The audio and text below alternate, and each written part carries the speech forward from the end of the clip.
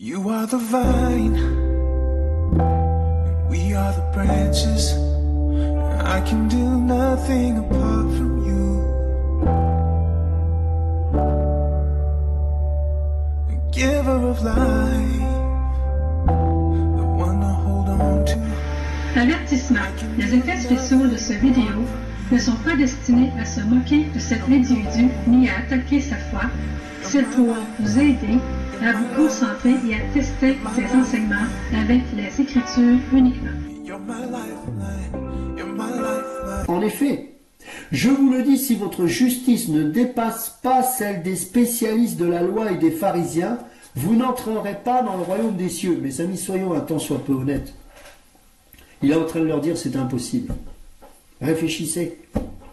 Je vous le dis, si votre justice ne dépasse pas celle des spécialistes de la loi et des pharisiens, vous n'entrerez pas dans le royaume de Dieu. C'est terrible cette histoire. C'est terrible. Les évangiles que vous lisez, vous lisez l'histoire d'un Jésus né sous la loi et qui vivait sous la loi et qui devait accomplir tous les rituels de la loi conformément aux Écritures et que les pharisiens eux-mêmes tentaient de faire. Récemment, on s'est fait poser les questions suivantes. J'aimerais savoir ce que l'on est supposé faire encore aujourd'hui comme ordonnance, car il y en a plusieurs. Et pourquoi? Il y a 6 ans et plus règles et lois. Les lois sacrificielles, les lois cérémoniales, les lois morales, etc. Cela nous amène à avoir plusieurs questions sur ce qui a été présenté. Existe-t-il 613 lois de Dieu? Ces classifications de différentes catégories sont-elles enseignées dans la Bible? Alors là, c'est un mélange total. Le mélange total. C'est à cause des fausses doctrines des hommes, pas à cause de la doctrine de Dieu. Deutéronome, chapitre 32, verset 2. Ma doctrine descendra comme la pluie, ma parole descendra comme la rosée, comme une pluie fine sur l'herbe tendre, et comme des ondées sur l'herbe mûre. Deutéronome, chapitre 32, versets 3 à 4. Car je proclamerai le nom de l'Éternel, attribuez la grandeur à notre Dieu. Il est le rocher, son œuvre est parfaite, car toutes ses voies sont justice. C'est un Dieu fidèle, et il n'y a pas d'iniquité en lui, il est juste et droit. Proverbe, chapitre 4, verset 2. Car je vous donne une bonne doctrine, n'abandonnez pas mon enseignement. Proverbe, chapitre 4, versets 4 à 6. Il m'a enseigné et m'a dit, que ton cœur retienne mes paroles, garde mes commandements et tu vivras. Acquiert la sagesse, acquiert l'intelligence, ne l'oublie pas, et ne te détourne pas des paroles de ma bouche. Ne l'abandonne pas, et elle te gardera. Aime-la, et elle te conservera. Proverbe, chapitre 4, versets 9 à 13.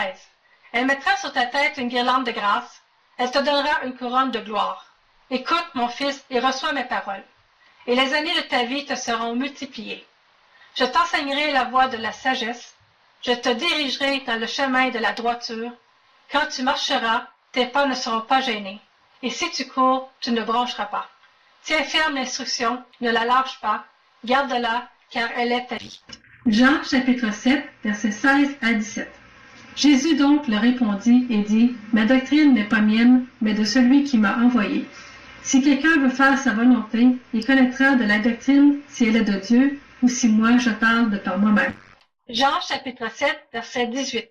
Celui qui parle de par lui-même cherche sa propre gloire. Mais celui qui cherche la gloire de celui qui l'a envoyé, celui-là est vrai, et il n'y a point d'injustice en lui. 2 Jean, chapitre 1, verset 9. Quiconque s'écarte de ce chemin et ne demeure pas dans la doctrine de Christ n'a point Dieu. Celui qui demeure dans cette doctrine a le Père et le Fils. 2 Jean, chapitre 1, verset 10. Si quelqu'un vient à vous et n'apporte pas cette doctrine, ne le recevez pas dans votre maison et ne le saluez pas. Éphésiens, chapitre 4, verset 14. Afin que nous ne soyons plus de petits enfants, ballottés et emportés ça et là par tout vent de doctrine dans la tromperie des hommes, dans leur habileté à user des voies détournées pour égarer. Je suis d'accord qu'on peut distinguer ces 3 types de lois à l'intérieur même de cette loi. La loi mosaïque, la loi cérémonielle et la loi, par exemple, sociale, qui régissait la nation d'Israël. Attention à cette fausse doctrine qui fait minimiser la loi de Dieu. Les 3 différentes catégories dont il parle n'existent pas dans les Écritures. Nous devons utiliser les exemples réels qui sont dans la Bible. Ici, tu vas voir que j'ai un diagramme circulaire que j'ai créé plusieurs années passées. Puis, dernièrement, j'ai ajouté le français pour aller avec l'anglais. peux voir que ce chapitre ici, ça va décrire comment que la Bible va montrer les affaires qu'on prescrit pour toi. Okay? Pourquoi que je dis ça de même? C'est à cause qu'on a beaucoup d'instructeurs ou de gens qui pensent que les lois sont mises dans des catégories. On peut distinguer ces trois types de lois. Ah, quoi? 3 types de lois? D'où tire-t-il cette information si elle ne se trouve pas dans les écrits bibliques de Dieu? On peut distinguer ces trois types de lois. Les trois types de lois, les trois types de lois, les trois types de lois, les trois types de lois. À l'intérieur même de cette loi, la loi mosaïque, la loi cérémonielle et la loi, par exemple, sociale, qui régissait la nation d'Israël. Donc, qui pensent que les lois sont mises dans des catégories. Les lois de sacrifice, les lois cérémoniales, les lois sociales, puis des fois aussi on entend les lois morales. Mais tout ça, c'est été créé par les hommes comme des titres souvent dans les Bibles ou pour essayer de distinguer des lois que eux autres, ils veulent décrire c'est quoi que c'est pour eux autres ou non. Mais dans la Bible, tu vas pas trouver nulle part ces catégories-là. Les sous-titres, ça n'existait pas dans le temps. Mais selon Dieu, oui, il y a des lois applicables pour certaines situations. Puis ici, on va commencer par lire un petit peu ce que j'ai mis ensemble. C'est savoir quand les lois de Dieu s'appliquent à vous. C'est vraiment le clé. Et quand elles ne s'appliquent pas à vous. Ça aussi, c'est vraiment le clé. Cela dépend de nombreux facteurs. Le diagramme circulaire montre une disposition biblique précise. C'est précis parce que j'ai été en travail toute la Bible, puis j'ai noté chaque fois qu'il y avait quelque chose qui était pour une certaine situation, une certaine personne en particulier. Puis, je vais venir à expliquer ça plus précis durant ce discours ici. Beaucoup de gens, veulent, et c'est pas forcément méchant, mais ils veulent enseigner. Et évidemment, quand on n'a pas appris les bonnes méthodes pour interpréter les Écritures correctement, forcément, on fait des erreurs. Ça a des conséquences, c'est-à-dire que les gens qui écoutent ça après deviennent complètement perdus parce que par manque de discipline, on sort les versets du contexte, on a du mal à avoir une certaine méthodologie, et c'est pour ça que c'est important, vous savez, d'avoir des gens qui ont eu la formation pour interpréter correctement les Écritures. Là, en haut, ici, à droite, on va lire si j'ai mis ensemble. Écoutez-le et faites-le, selon ce que vous êtes seulement prescrit. OK? C'est ça le clé. Il faut que ça soit prescrit à toi. Si c'est pas prescrit à toi, t'as pas besoin de le faire. La parole est tout près de toi, dans ta bouche et dans ton cœur, pour que tu le fasses. Deutéronome, chapitre 30, 11 à 14. Les commandements que je te prescris aujourd'hui ne sont certainement point au-dessus de tes forces et hors de ta portée. Ils ne sont pas dans le ciel pour que tu dises « Qui montera au ciel pour aller nous les chercher et qui nous les fera entendre afin que nous les mettions en pratique. Ils ne sont pas de l'autre côté de la mer pour que tu dises « Qui passera pour nous de l'autre côté de la mer pour aller nous les chercher et qui nous les fera entendre afin que nous les mettions en pratique. » C'est une chose, au contraire, qui est tout près de toi, dans ta bouche et dans ton cœur, afin que tu les mettes en pratique. Ça veut dire que Dieu veut qu'on circoncise notre cœur, de vouloir marcher selon son volonté. Deutéronome, chapitre 10, versets 12 à 20. Et maintenant, Israël, qu'est-ce que l'Éternel ton Dieu demande de toi, sinon que tu craignes l'Éternel ton Dieu, pour marcher dans toutes ses voies, et pour l'aimer et pour servir l'Éternel ton Dieu, de tout ton cœur et de toute ton âme, en gardant les commandements de l'Éternel et ses statuts que je te commande aujourd'hui pour ton bien. Voici à l'Éternel ton Dieu appartiennent les cieux et les cieux des cieux, la terre et tout ce qui est en elle. Cependant, l'Éternel s'est attaché à tes pères pour les aimer, et il vous a choisi, vous, leur semence après eux, d'entre tous les peuples, comme il paraît aujourd'hui. Circoncisez donc votre cœur et ne raidirez plus votre cou. Car l'Éternel votre Dieu est le Dieu des dieux et le Seigneur des seigneurs, le Dieu grand, puissant et terrible, qui ne fait point exception des personnes et qui ne prend pas de présent, qui fait droit à l'orphelin et à la veuve, et qui aime l'étranger pour lui donner le pain et le vêtement.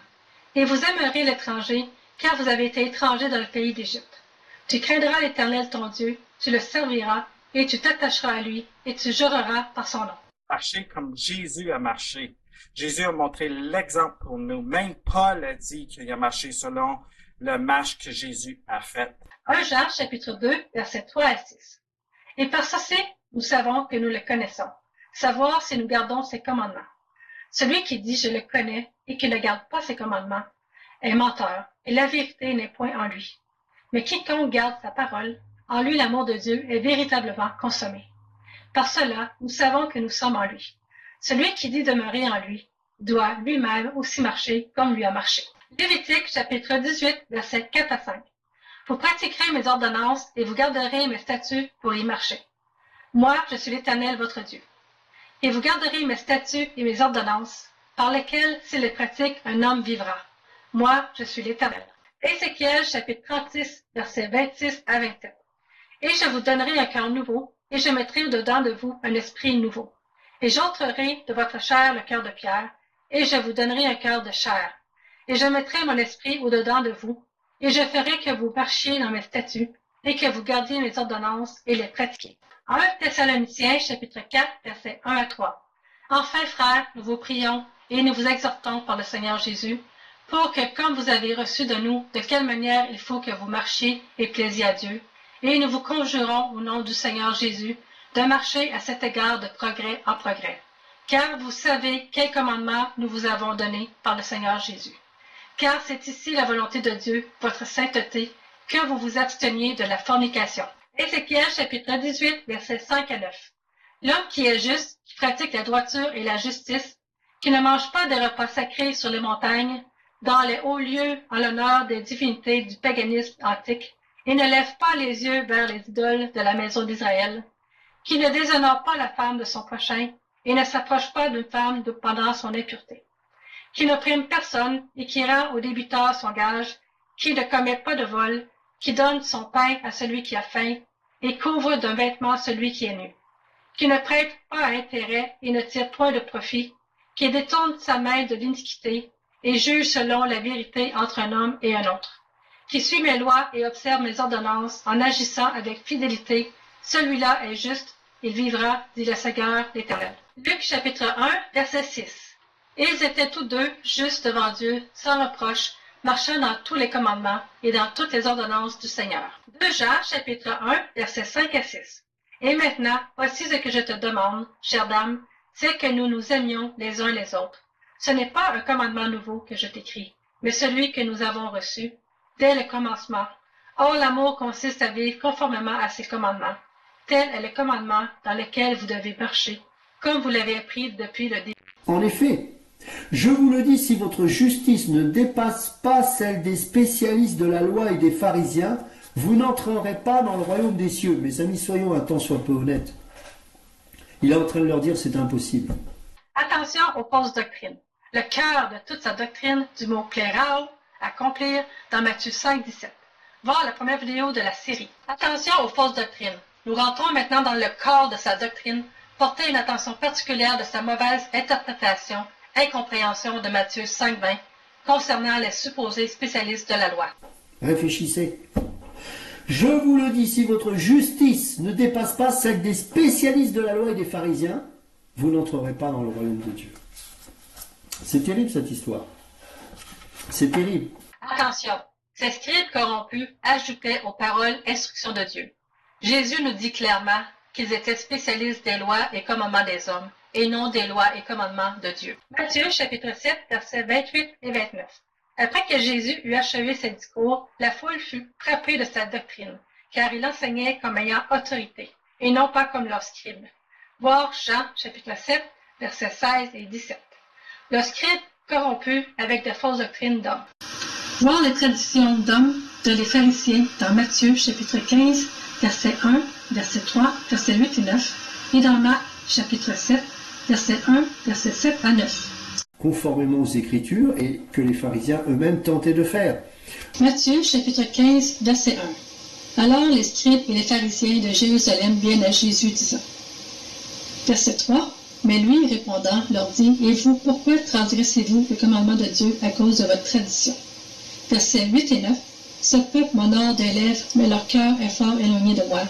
mais ils m'honorent en vain, enseignant comme doctrine des commandements d'hommes.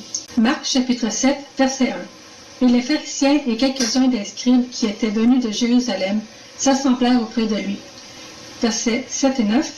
Mais ils m'honorent en vain, enseignant comme doctrine des commandements d'hommes, car, laissant le commandement de Dieu, vous observez la tradition des hommes, de laver les pots et les coupes, et vous faites beaucoup d'autres choses semblables. Et il leur dit, vous annulez bien le commandement de Dieu, afin de garder votre tradition. Matthieu chapitre 12, versets 38 et 39. Alors quelques-uns des scribes et des pharisiens lui répondirent, disant, Maître, nous désirons voir un signe de ta part. Mais lui, répondant, leur dit, une génération méchante et adultère recherche un signe. Il ne lui sera pas donné de signe, si ce n'est le signe de Jonas, le prophète. Matthieu, chapitre 23, versets 10 à 13. Et vous ne devez pas non plus être appelés instructeurs, car vous avez un seul instructeur, le Messie. Mais le plus grand de vous sera votre serviteur. Et quiconque s'élèvera sera abaissé, et quiconque s'abaissera sera élevé. Mais malheur à vous, scribes et pharisiens hypocrites, car vous fermez le royaume des cieux devant les hommes, car vous n'entrez pas vous-même, ni ne permettez à ceux qui entrent d'entrer. Matthieu, chapitre 23, verset 15.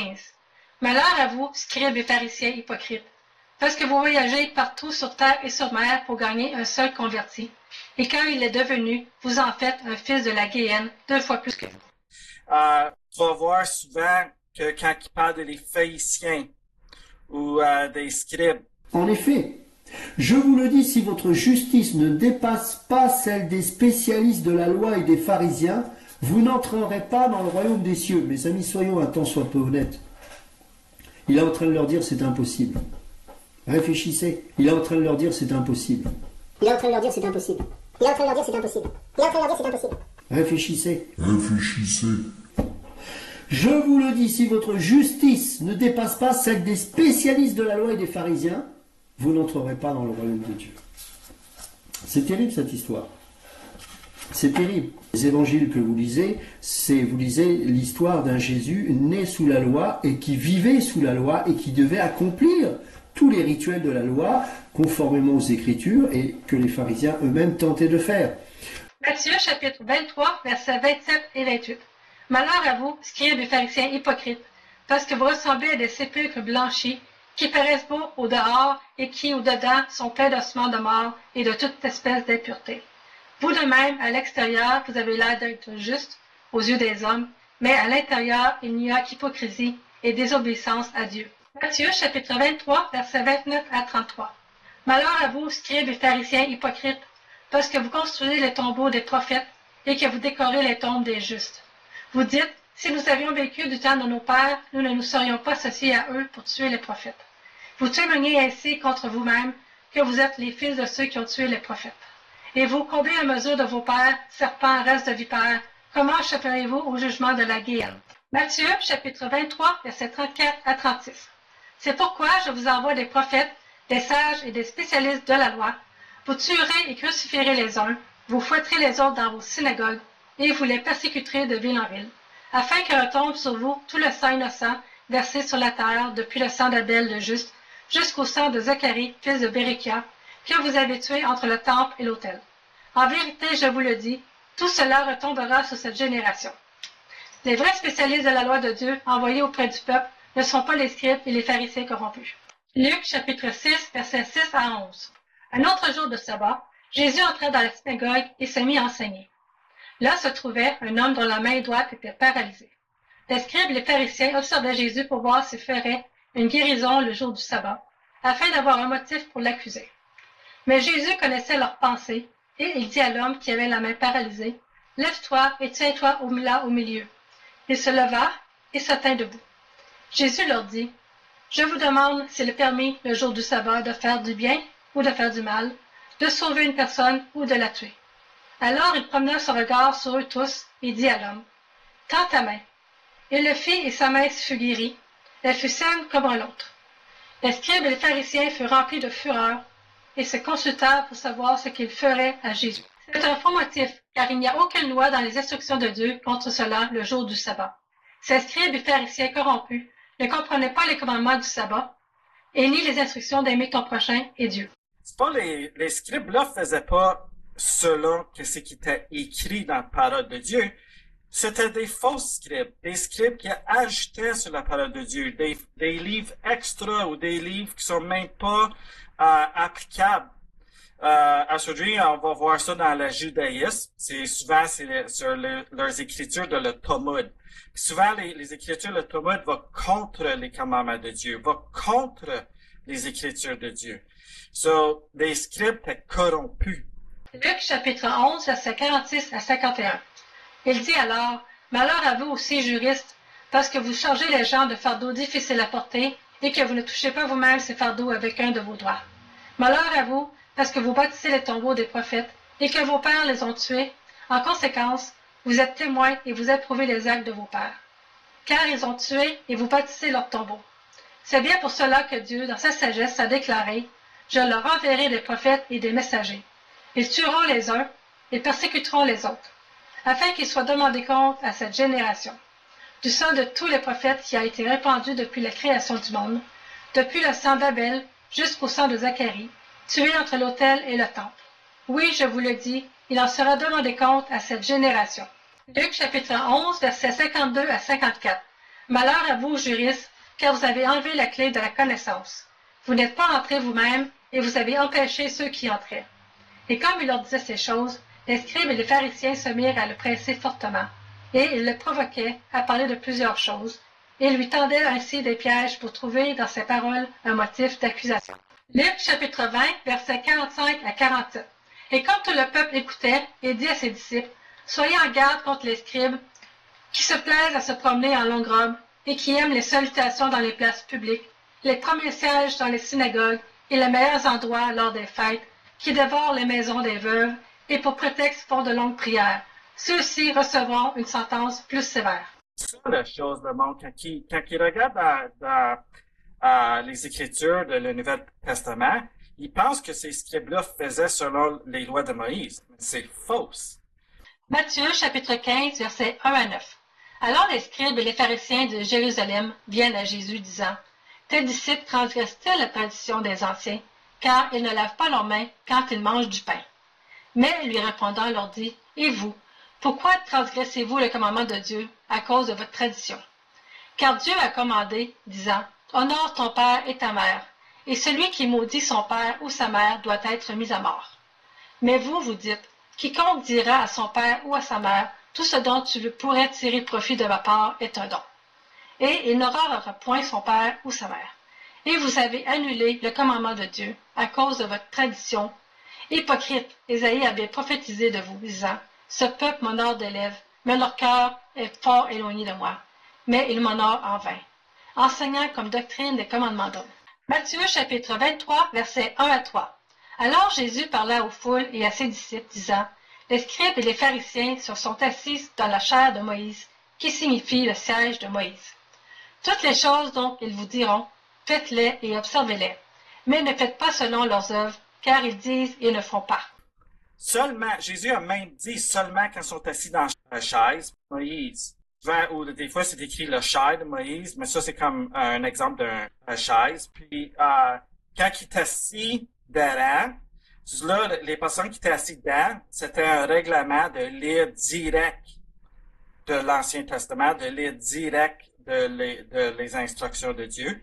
Là, il disait exactement ce que ça disait, il n'y avait pas d'erreur. Mais quand ils s'enlevaient de cette situation-là, leurs œuvres étaient pas selon ce qui est écrit. Ils faisaient l'opposé, ils faisaient des choses corrompues, leurs enseignements étaient corrompus. C'est pour ça que Jésus a dit vos commandements d'hommes, vos doctrines d'hommes. Ils faisaient pas selon la volonté de Dieu. Le problème, c'est que souvent le monde va lire dans le texte, puis il pense que ce monde-là faisait les commandements, puis que Jésus est en train de les corriger parce que, ça fait pas de sens. Marc chapitre 7, versets 1 à 13. Et les pharisiens et quelques-uns des scribes qui étaient venus de Jérusalem s'assemblèrent auprès de lui. Et voyant quelques-uns de ses disciples mangeant du pain avec des mains souillées, c'est-à-dire non lavées, car les pharisiens et tous les juifs ne mangent pas ça qu'ils ne lavent soigneusement leurs mains, retenant la tradition des anciens. Et quand ils reviennent du marché, ils ne mangent pas avant de s'être soigneusement lavés. Et il y a beaucoup d'autres choses qu'ils ont reçues traditionnellement, pour les observer, comme la bonne manière de laver les coupes, les pots les vases d'airain et les lits. Sur cela, les pharisiens et les scribes interrogent, disant, « Pourquoi tes disciples ne marchent-ils pas selon la tradition des anciens, mais mangent-ils du pain avec des mains souillées? » Mais lui répondant leur dit, « Ésaïe a bien prophétisé de vous, hypocrites. Comme il est écrit, ce peuple-ci m'honore des lèvres, mais leur cœur est fort éloigné de moi. Mais ils m'honorent en vain, enseignant comme doctrine des commandements d'hommes. Car laissant le commandement de Dieu, vous observez la tradition des hommes de laver les pots et les coupes, et vous faites beaucoup d'autres choses semblables. » Et il leur dit, « Vous annulez bien le commandement de Dieu, afin de garder votre tradition. Car Moïse a dit, honore ton père et ta mère, et que celui qui maudira son père ou sa mère doit être mis à mort. Mais vous, vous dites, si un homme dit à son père ou à sa mère, tout ce dont tu pourrais tirer profit de ma part est corban, c'est-à-dire offrande réservée à Dieu. Et vous ne lui permettez plus de rien faire pour son père ou pour sa mère, annulant la parole de Dieu par votre tradition, que vous vous êtes transmis les uns aux autres, et vous faites beaucoup d'autres choses semblables. » Si tu lis Matthieu 15, puis aussi Marc 7, tu vas voir dans ces deux sections-là, quand il corrigeait les pharisiens et les scribes, il disait clairement qu'il ne faisait pas les commandements de Dieu, qu'il ne faisait pas la doctrine de Dieu. 1 Jean chapitre 5, versets 2 à 3. Nous connaissons que nous aimons les enfants de Dieu lorsque nous aimons Dieu, et que nous pratiquons ses commandements. Car l'amour de Dieu consiste à garder ses commandements, et ses commandements ne sont pas péchés. Jean chapitre 8, versets 12 à 19. Jésus leur parla de nouveau et dit, « Je suis la lumière du monde. Celui qui me suit ne marchera pas dans les ténèbres, mais il aura la lumière de la vie. » Là-dessus, les pharisiens lui répondirent, « Tu rends témoignage de toi-même, ton témoignage n'est pas vrai. » Jésus leur répondit, « Même si je me rends témoignage à moi-même, mon témoignage est vrai, car je sais d'où je suis venu et où je vais. Quant à vous, vous ne savez pas d'où je viens, ni où je vais. Vous, vous jugez de façon humaine, moi je ne juge personne. Et si je juge, mon jugement est vrai, car je ne suis pas seul, mais le Père qui m'a envoyé est avec moi. Et il est écrit aussi dans votre loi que le témoignage de deux hommes est vrai. Moi, je rends témoignage de moi-même, et le Père qui m'a envoyé rend aussi témoignage de moi. » Ils lui dirent donc, « Où est ton Père? » Jésus répondit, « Vous ne connaissez ni moi, ni mon Père. Si vous m'aviez connu, vous auriez connu aussi mon Père. » Jean chapitre 8, versets 39 à 44. Ils répondirent et lui dirent, « Abraham est notre Père. » Jésus leur dit, « Si vous étiez enfants d'Abraham, vous feriez les œuvres d'Abraham. Mais maintenant, vous cherchez à me faire mourir. Moi qui vous ai dit la vérité que j'ai entendue de Dieu. Jamais Abraham n'a agi comme vous. Vous agissez exactement comme votre Père à vous. » Ils lui dirent donc, « Nous ne sommes pas des enfants illégitimes. Nous n'avons qu'un seul Père, Dieu. » Jésus leur dit, « Si Dieu était votre Père, vous m'aimeriez, car je suis venu de Dieu. Et je suis ici de sa part, car je ne suis pas venu de moi-même, mais c'est lui qui m'a envoyé. Pourquoi n'entendez-vous pas mon langage? Parce que vous êtes incapables de recevoir mes paroles. Votre père, c'est le diable, et vous voulez faire les convoitises de votre père. Lui a été meurtrier dès le commencement, et il n'a pas persévéré dans la vérité. Car il n'y a pas de vérité en lui. Quand il profère le mensonge, il parle de son propre fond. Car il est menteur et le père du mensonge. En effet, je vous le dis, si votre justice ne dépasse pas celle des spécialistes de la loi et des pharisiens, vous n'entrerez pas dans le royaume des cieux. Maintenant que vous connaissez la vérité sur le contexte des scribes et des pharisiens, le verset Matthieu 5,20 peut être mieux compris. En effet, je vous le dis, si votre justice ne dépasse pas celle des scribes et des pharisiens corrompus, enseignant les commandements et les doctrines des hommes avec leur tradition d'hommes, dont ils ont hérité de leur père, le diable, vous n'entrerez pas dans le royaume des cieux. Avertissement. Les effets spéciaux de ce vidéo ne sont pas destinés à se moquer de cet individu ni à attaquer sa foi. C'est pour vous aider à vous concentrer et à tester ces enseignements avec les Écritures uniquement.